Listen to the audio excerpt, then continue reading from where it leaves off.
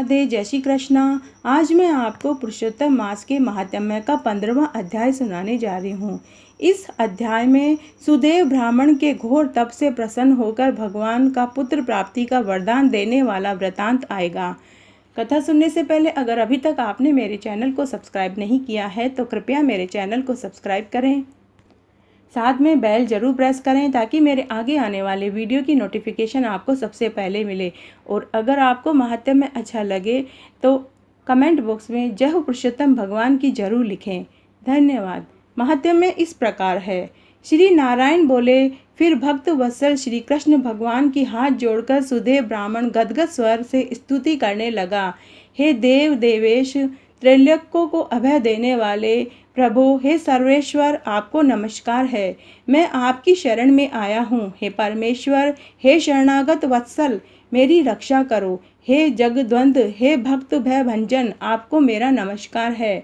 आप जय स्वरूप हैं, जय के देने वाले हो, जय के स्वामी हो, जय के कारण हो, विश्व के आधार हो, विश्व के एकमात्र रक्षक हो, दिव्य हो, विश्व के आधार हो, विश्व रूप हो, फलों के बीज हो, फलों के आधार हो, फलों के मूल हो, फलों के दाता हो, तेज रूप हो, तेज के दाता हो, सब तेजस्वियों में श्रेष्ठ हो। हे कृष्ण, हे विष्णु, हे वासुदेव, मैं आपको नमस्कार करता हूँ।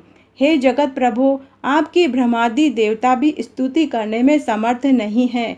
हे जनार्दन, मैं अल्प बुद्धि वाला मंद साधारण मनुष्य आपकी स्तुति कैसे करूं? मैं आपका अति दुखी उदीन भक्त हूँ, मेरे को कैसे त्यागते हो? हे प्रभु, आपका लोक में लोक बंधु नाम व्यर्थ है। वाल्मीकि बोले, इस प्रकार स्तुति कर सुदेव ब्राह्मण हरि के आगे खड़ा रह गया। तब हरि भगवान उसकी स्तुति सुनकर मेघ के समान गंभीर वाणी में बोले, हे वत्स, तुमने बहुत कठोर तप किया है। अतः हे महाप्राज्ञ, हे तपोधन, जो इच्छा हो वर मांग लो। मैं तुम्हारे तप से बहुत प्रसन्न हूँ। मैं तुम्हारी इच्छा पूरी करूँगा। ऐसा दारुण तप किसी ने भी नहीं किया है। सुदेव बोला, हे नाथ, हे दीन बंधु, हे दयानिधे, यदि आप मुझ पर प्रसन्न हैं तो हे विष्णु, हे पुराण पुरुषोत्तम, मुझको एक श्रेष्ठ पुत्र दो। हे हरे, पुत्र के बिना पूरा ग्रस्त जीवन मुझे अच्छा नहीं लगता। ब्राह्मण के ऐसे वचन सुनकर हरि भगवान बोले, हे ब्राह्मण, पुत्र के अतिरिक्त मैं सब कुछ तुम्हारे लिए दूंगा। हे वत्स, तुम्हारे भाग्य में पुत्र सुख विधाता ने नहीं लिखा है। मैंने तुम्हारे भाल पटल के सब अक्षर देखे हैं, परंतु उसमें तुम्हारे 7 जन्मों तक कोई पुत्र सुख लिखा हुआ नहीं है। इस प्रकार जब ब्राह्मण हरि के वज्र समान निष्ठुर वचन सुनकर जड़ से कटे वृक्ष की तरह पृथ्वी पर गिर पड़ा। पति को गिरे हुए देखकर उसकी स्त्री अत्यंत दुखी हुई और स्वामी को पुत्र की इच्छा से रहित देखकर रोने लगी। फिर धीरज धर के पति से गौतमी बोली, हे नाथ, उठिए उठिए, क्या मेरे वचन आपको याद नहीं? जो कुछ विधाता ने भाग्य में लिख दिया है वही सुख और दुख प्राप्त होता है। इसमें रमानाथ क्या करें? मनुष्य अपने किए हुए कर्म का फल भोगता है। जैसे मरते हुए को औषधि देना निष्फल हो जाता है, वैसे ही अभागे पुरुष का किया हुआ उद्योग देव के प्रतिकूल होने से व्यर्थ हो जाता है।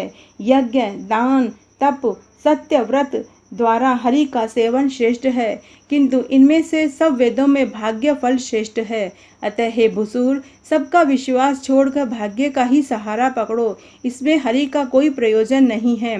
इस प्रकार पत्नी के असहज तीव्र शोक युक्त वचन सुनकर उनके दुख से दुखी हुआ गरुड़ शोक सागर में डूबी हुई ब्राह्मणी तथा ब्राह्मण को देखकर हरि भगवान से विनम्र होकर बोला, हे दीन बंधो, हे दया सिंधो, हे भक्तों को अभय करने वाले, हे प्रभु, आज आपकी भक्तों के दुख को न सहन करने वाली दयालुता कहाँ चली गई? अहो, आप तो ब्राह्मणों के रक्षक हो, आपका धर्म आज कहाँ चला गया? अपने भक्तों को देने के लिए आपके हाथों में चारों प्रकार की मुक्ति रहती है, तो भी आपके भक्त उत्तम भक्ति की इच्छा करते हैं, मुक्ति की कामना नहीं करते। उनके आगे 8 सिद्धियां दासी के समान खड़ी रहती है।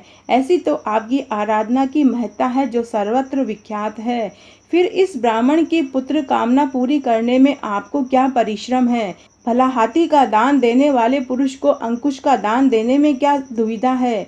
अब आज से कोई भी मनुष्य आपके चरण कमलों की सेवा नहीं करेगा, क्योंकि जिसके भाग्य में जो लिखा है उसको वही निश्चय मिलता है। इस प्रकार लोक में यह विश्वास होने से आपकी भक्ति लोप हो जाएगी। हे नाथ, आप में करने और न करने की क्षमता है, यह सर्वविदित है। वही क्षमता इस ब्राह्मण को पुत्र न देने से नष्ट हो जाएगी। मेरी प्रार्थना है कि आप इस ब्राह्मण को अवश्य एक पुत्र दीजिए। सुदामा ब्राह्मण ने आपकी आराधना से महान ऐश्वर्य पाया। सांदीपनि को आपकी कृपा से मरा हुआ पुत्र पुनः प्राप्त हुआ। ये दोनों स्त्री पुरुष पुत्र की कामना से आपकी शरण में आए हैं। श्री नारायण बोले। इस प्रकार गरुड़ जी के वचन सुनकर विष्णु भगवान अमृत तुल्य वचन बोले, हे गरुड़, हे वेनतेय, इस ब्राह्मण को मन वांछित एक पुत्र शीघ्र ही दे दो। इस प्रकार हरि के अपने इच्छा के अनुकूल वचन सुनकर गरुड़ जी का हृदय प्रसन्न हो गया और तत्काल उस दुखी ब्राह्मणी को एक अनुरूप भव्य पुत्र दे दिया। तो आज मैंने आपको पुरुषोत्तम के महात्म्य का 15वां अध्याय सुनाया। अगर आपको ये पसंद आता है तो अपने दोस्तों और रिश्तेदारों में ज़्यादा से ज़्यादा शेयर करके पुण्य कमाएं। धन्यवाद।